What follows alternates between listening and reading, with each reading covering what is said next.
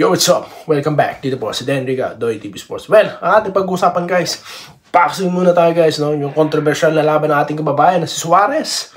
At ito pong marami pa pong may hangover ng kabarangay sa pagkapanalo, no? Kontra Converge. Pag-usapan natin through shoutout, no? Ang inyong mga komento guys, no? Okay, so sa pagsasabayin na natin yan. At of course, TNT, no? Ayan, sinasabi ko sa inyo. 3 sunod na panalo. Okay? So, bago po yan, ako po muna yung magpapasalamat, no? Salamat sa lahat po ng patuloy na sumusuporta sa ating channel. Konti na lang po, ha? Konting push na lang yan. 16K na. Okay? At sa mga nagla-like po ng ating Facebook page, no? Hindi po gumagalaw. 320, 390, nabawasan pa. Wala na po bang magla-like, guys? Ang hina naman ni Doy TV Sports. No, 300 lang ang followers niya sa Facebook. Ang hina naman. Okay. So, dito na po tayo guys, ha. Sa, pag-uusapan muna natin yung boxing na yan. Dahil controversial. Kasi nga po, ang dami pong nag-replay, no? Nagpapalabas na replay. Na clear hook po talaga yung suntok, hindi headbutt. Dito kay Navarrete ng ating kababayan si Suarez. At ang nangyari po dyan, nag-decision, tinigil ang laro, no? At headbutt daw po yun, yung tama na yun, no? Kaya ang nanalo dyan si Navarrete, no? So ngayon, dami pong nagsasabi na hindi naman daw ito headbutt, no? Well, kung panonoorin nyo po talagang solid punch po talaga yun, no? At ako po hindi na po ako nagulat. Ano pa po bang bago sa mga decision sa boxing, guys? Kaya nga po ako, no, simula po nung natalo si Pacquiao sa Australia at simula po na nagretiro na si Pacquiao, hindi ko na halos kino-cover ang boxing. Pansin nyo po tong channel na to, boxing at no? Pero nung right after po, no, siguro may co-cover ko na lang sila, Canelo, no? Pero yung mga ganyan po, kasi po para sa akin yung mga desisyon, no? Kaya po kung hindi ang fighter, katulad ni Pacquiao, no, na talagang gagawin na lahat para mapabagsak yung kalaban, no? Mahirap po talaga manalo, no? Lalo na top rank, mambihira naman. Kaya po, ayun, nag-concentrate na lang po ako sa boxing tuloy, sa basketball, okay? Pagdating po sa boxing ngayon po, mapupostrate na naman, So, di na po ako nagulat dyan sa mga ganyang klase ng mga desisyon. Alam naman po natin ang galawan sa boxing, di po ba? Mga decision na yan. Tapos, rematch? Ano na naman yan, no? Kung ako kay Suarez, di ko nalalabanan yan. No? Never, okay? In the first place, we believe. Kay Suarez. Tama ba? Nabagin ko na. Kung ako kay Suarez, hindi ko na ulit lalabanan yung Navarrete. No? Okay? Yun lang. Okay? Alam nating lahat kung sino nanalo dyan. Okay? So, ngayon, dito naman po tayo sa TNT. Naku po, malupit na TNT ito, ha? TNT. 3 sunod na pong nananalo. Yan ang sinasabi ko sa inyo. No? Hindi po porket natalo 1, 2 beses, talo na. Magpakailanman. Babounce back yan. At malupit po ang kinuha na ng unang panalo. San Miguel lang naman, no? Sumunod, isa pa pong malakas, no? Terapirma. At ngayon, di ba, nanalo na naman sila. Meralco lang naman, no? Yung kampiyon ng All Filipino Cup. So, ganyan po, no? Nakapag-adjust na po ang TNT. Kaya, ayun, siguro magtutuloy-tuloy yan, guys. Kung tinalo nila yung malakas, 2 malakas yung San Miguel at Terapirma. Nako, nakakatakot na ulit ang TNT. Nakabuelo na. Tatakot ka pala, Doy TV. Hindi, nabanggit ko lang. Okay, so dito naman po tayo, guys. Sa marami po, pagsasabayin na natin ang shoutout, no? Marami pong mga may hangover pa, no, sa pagkapanalo. Okay? So dito tayo, ha, sa ating mga commenters, okay? Yan. Ating content. Bounce back win. Okay? Si Joseph Pineda. Ganda daw po ng laban. Saka idol, ewan ko po kung napansin nyo rin sa laban ng Hinebra kagabi, binabad si Abarientos hanggang 4th quarter. Yun naman po talaga dapat. Kinaklamor natin yan, Diba? Hindi po alanganin sa height si Abarientos. Mas maliit nga po si Johnny Abarientos dyan. Kaya kung lagi na lang pong papansinin yung mga height advantage na yun, edi trade mo na lang yung player. nasasayang po kasi yung ano niya, yung ability niya to score. Siya po yung legit scorer talaga dyan. Kung makikita niyo po yung shooting niya, no? High percentage shot po.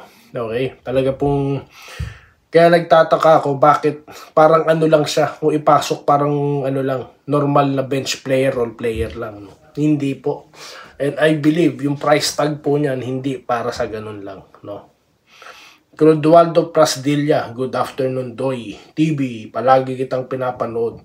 Wala kasing fake news. Maraming salamat po sir, Sir Clodoaldo, maraming salamat. Lolita Valentin, yan ang totoo, legit talaga. Maraming salamat po ma'am. No, shoutout po sa inyo. Okay. So kung gusto nyo pong marami pa po tayong marating sa Facebook guys, dahil ito pong ating shoutout po sabayang napapanood sa Facebook. I-follow nyo na po, no. Hindi lang po display yan, no? Yun lang po, no? Para po marami pa po tayong maabot. Yung mga naabot po ng mga fake news vloggers, no? Yung mga walang silbing vlogger na gusto lang ng maraming views, no? Naloloko nila yung ibang mga fans ng basketball, mag-subscribe na po kayo or mag-follow na po kayo sa page, guys. Para lalo tayong dumami. Sa mga nagla-like po, babasahin ko po ang comment, no? Salamat po. Okay, dito tayo, Renato Espinar. Good morning. Congrats daw po, no, masarap ang tulog ni Sir. Okay, si Carlos Dizon na nangangamusta. Mabuti naman po kayo po. Musta kayo dyan? Okay, mabilis yung laro ng Ginebra, panalo. Yes. Tama lang, di naman pwede magmadali para magparami. Tama po, no, Joel Neventino. Diba? Ito naman pong ating channel. Nagugulat nga po ako no. Sa totoo lang guys, kwento ko sa inyo magkukwento ako mabilis lang. Alam niyo po ba na dalawa tong channel na to, no? Doy TV at Day Enrica YouTube channel, no? Dalawa po yan talaga. Original na sports po talaga is Doy TV. Ang pangit naman nila, ilabas kong dali. 'Di ba? Ngayon, ang nangyari po, sabayan ko nilalabas doon yung content ko. Aba, mas marami pong nanonood dito sa Day Enrica. Kaya ang ginawa ko po, no, sinantabi ko yung kabilang channel at nilagay ko po rito sa Day Enrica lahat na ng content natin. Dahil nandito po, dito kayo nanonood, no. Supposedly, ito pong Day Enrica para po to sa personal vlogs ko po, no. May personal vlogs din po kasi ako, no, yung mga travels ko, ganyan.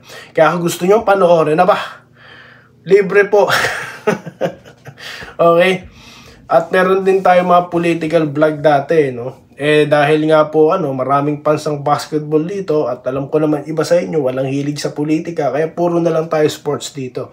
So yan po, no, ang history ng Day Enrica at Doy TV Sports. Kung nagtataka po kayo, dalawa po yung binabanggit ko, no. Wag po kayo magtataka, no. Ngayon napaliwanag ko na sa inyo. Nagulat po ako, bigla pong nag-boom yung subscribers. No, from 2,000, 1,000, alam yan nila Sir Andresito Alantason, nila Sir Lawrence Correg, sila Archie, no, Makirang, alam nila yan, no, sila yung kasama ko dito no, kaya ayun, sila, hanggat sa yan dumating na sila Sir Joseph Pineda, sila Elvis Malyari, dumating na, sila Sir Antonio Gasa, okay, si Sir Peter Aniban, alam ko, nasa 2,000, 3,000, nandyan na siya. About 16,000. Nagulat na lang po ako. Okay? Going 16 po pala. Okay? So, hindi po ito sa pagpapalabas ng mga walang silbing content, no? So, ngayon, Ryan Collis, astig ng Ginebra Idol, pa-shoutout po, no? Ryan Collis, shoutout. Ayan. Judith Digo, sir, yan ang hinahanap ko lagi kay Aguilar, yung Lopos.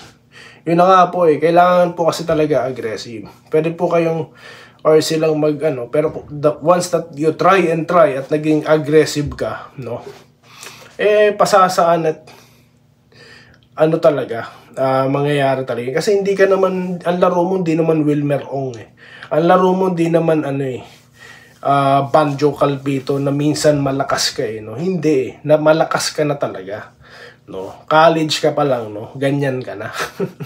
Di po ba? Kaya kaya mo yan, no. Kaya there's no place for inconsistency. Okay? George Lorenzo Bunag, no? Congrats na po sa Ginebra. Tuloy rules yung panalo daw ng Ginebra. Okay, good day, Doy. Sabi ko na magpakitang gila si Japet. Well, nasa baluarte niya kung di siya nagpasikat, no? Ewan ko na lang, talaga pong lalamunin siya ng buhay doon. Ni Balti, ha? Kabalin din eh. Ang dami po rin kasi mga kabalin na player, no? Ayan, si David, di ba? Kabalin din yan. Taga Mexico yan. Ayan, si Thompson, di ba? Kabalin din yan. Si Holt, di ba? Kabalin yan. Oh, ang dami pong kabalin, no? Di na ako lalayo. Mismong si Ginoong Pineda, di po ba? Oh, lakang itula kabigin, ano? So, mga kabalin. Kaya talagang palay pasikat na yan, laro na yan. Kaya ang ganda ng laro, di po ba? Pero talaga nag-stand out po dyan ng may 23 points, no? Hindi po yung number 23 na Aguilar, ha? Yung may 23 points na Aguilar po, no? Talaga pong nagpasiklab, no? He's not yet done, no? Kaya yung mga nagsasabi po na i-trade siya kay QMB, no? Siguro nabasa niyo yung mga comment na yun sa comment section natin. Kaya ganyan lang po talaga tayo. Mentality dapat natin, dapat manalo. Hindi po sana. Dahil yan po i-challenge sa mga player na yan. Katulad po ni Aguilar. Ma'am Irene Gillias, ha?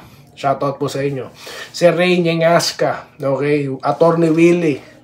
Wilfredo Bautista. Yo. Okay, sir. Dalawang Bobby. Bobby Payawal. Bobby Kabading. Okay? Meron pa dito si Sir Vincent Nava. Ayan. Wenceslao Hapon. Yan, mga lagi yan. Sir Jesse Vasquez sa kanyang may bahay, no? Si ma'am. Okay, na patuloy pong nanonood. Si Sir Tronson. Okay, Carlito Protasio. Si Sir na nanonood sa Facebook, no? Sir Asanis, no? Senior, ano po? Muhammad, Sir, maraming salamat po, ha? Patuloy po kayo naglalag. Nakikita ko po talaga, ha? Yun lang po, no? So, yun lamang po, guys, no? Ang aking masasabi, no? Rodante Sabida. Ang dami po, no? Nako. Sana po mamaya makapag-live po ako, ha? Para po mabanggit ko po kayo, no? So, kung kayo po iboboto, no? Mag-iingat po kayo. Minom kayo maraming tubig. Mainit daw po dyan, ha? Summer, okay? So, yun lamang po, guys. At ako po yung magpapasalamat muli, no? At mag-iingat po kayo. Stay safe, ha? Okay? At, mamaya po, shoutout na lang tayo sa Day Enrica at Toy TV Sports. Muli, maraming salamat guys sa inyong panonood. Salamat po sa panonood. Subscribe na para sa mga susunod na basketball at boxing videos.